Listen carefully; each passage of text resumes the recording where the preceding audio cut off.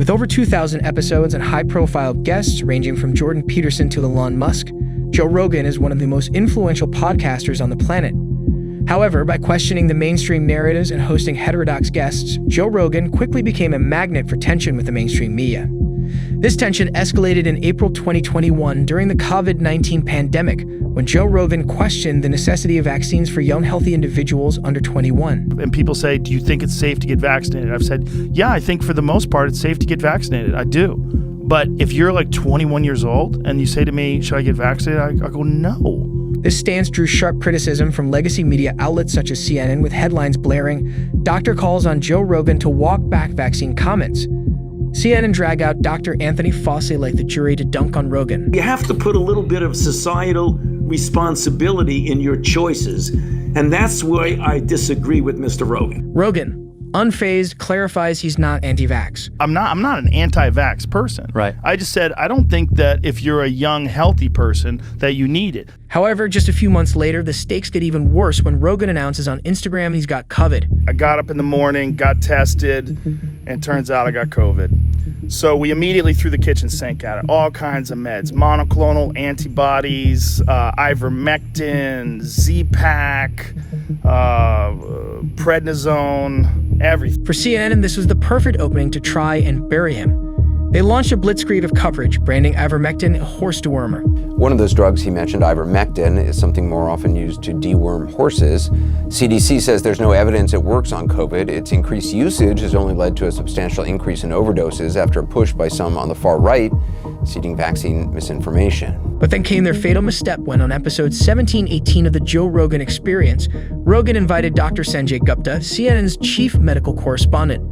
Rogan, not holding back, relentlessly grilled Gupta on CNN's horse dewormer narrative. Why would they lie and say that's horse dewormer? I can afford people medicine, motherfucker. This is ridiculous. They shouldn't have said that. Why did they do that? I don't know. But the fallout even got worse as the next day, CNN's Don Lemon tried to clean up the blood on the CNN floor.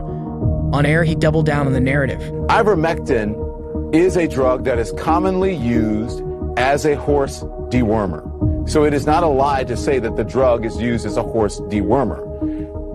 I think that's important, and it is not approved for COVID. Correct? That's right. Gupta, back in CNN's leash, nods along, contradicting his Rogan admission. However, when he tried to clarify Joe's main point, Don Lemon wouldn't let him speak. Now, I think what Joe's point that is... It's been approved for humans, but not necessarily for COVID, right? Yeah. Don Lemon's face after hearing what he wanted to hear is just Pete Puppet Overlord. And CNN wonders why fewer and fewer people watch them. Sanjay has no spine. He is just rolling to hold his job as CNN TV doctor. Meanwhile, CNN's anchors spent the better part of the year on a crusade to cancel Rogan entirely, accusing him of COVID disinformation. You think about major newsrooms like CNN that have health departments and desks and operations that work hard on verified information on COVID-19. And then you have talk show stars like Joe Rogan who just wing it, who make it up as they go along. And because figures like Rogan are trusted by people that don't trust real newsrooms, we have a problem that's much bigger than Spotify. CNN, a real newsroom? That's a laugh. At least Rogan's experts have names and faces. But just as Rogan was weathering the COVID storm, singer India Arie dropped a video compilation that appears to show the podcaster using the N-word multiple times. That's our about. He says guy and then our starts saying.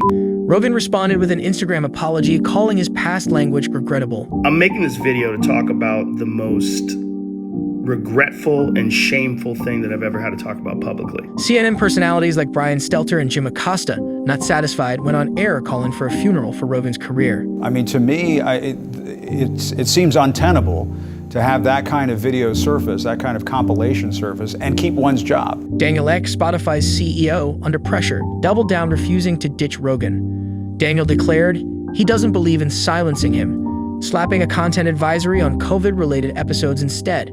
However, by April, during an episode with Douglas Murray, Joe Rogan revealed his show had gained 2 million subscribers amidst the media backlash. They did a number on you. They did. Wow. It's interesting. Wow.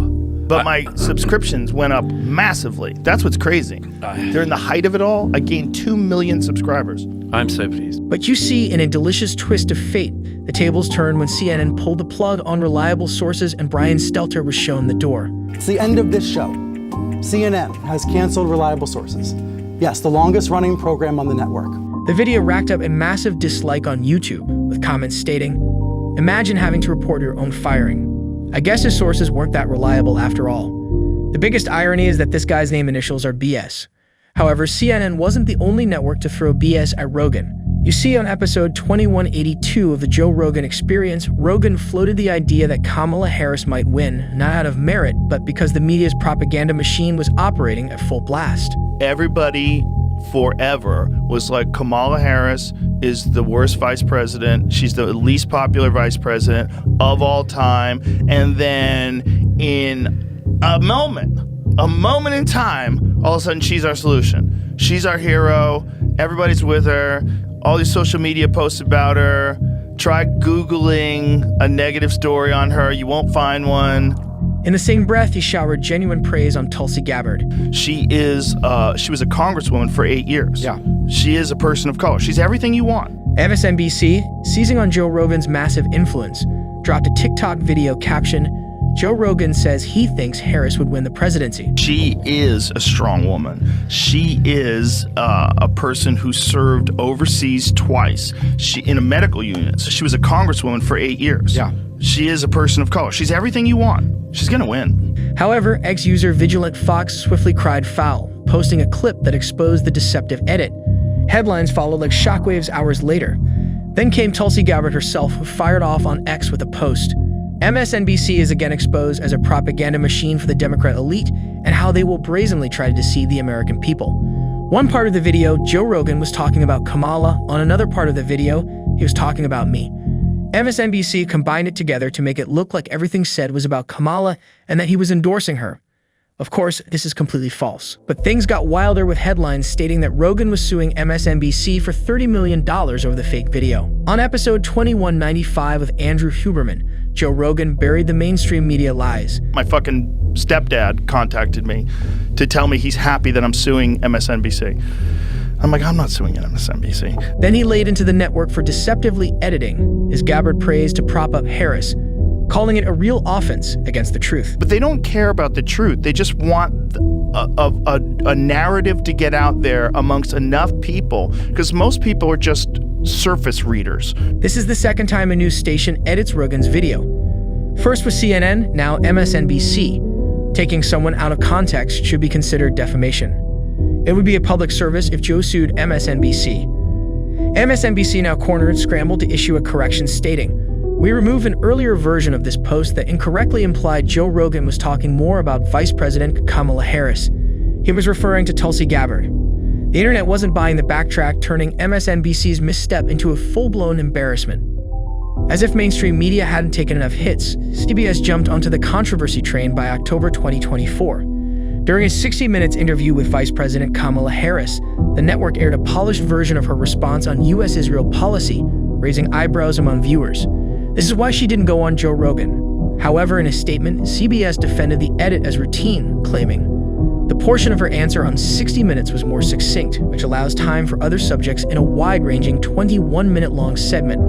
Back on the Joe Rogan Experience with Donald Trump, Joe and Trump argued that CBS manipulation wasn't just about trimming for time, but one of the biggest scandals in broadcasting history. They're diminishing themselves. They're killing all their credibility. And they use the term, "Yes, we want to save time." Well, it's not right, but I've never heard. I think it's the biggest scandal in broadcast history. In the end, people stick with Rogan because he chooses to speak his mind, while the legacy media is falling apart because they continue to treat their audience like idiots.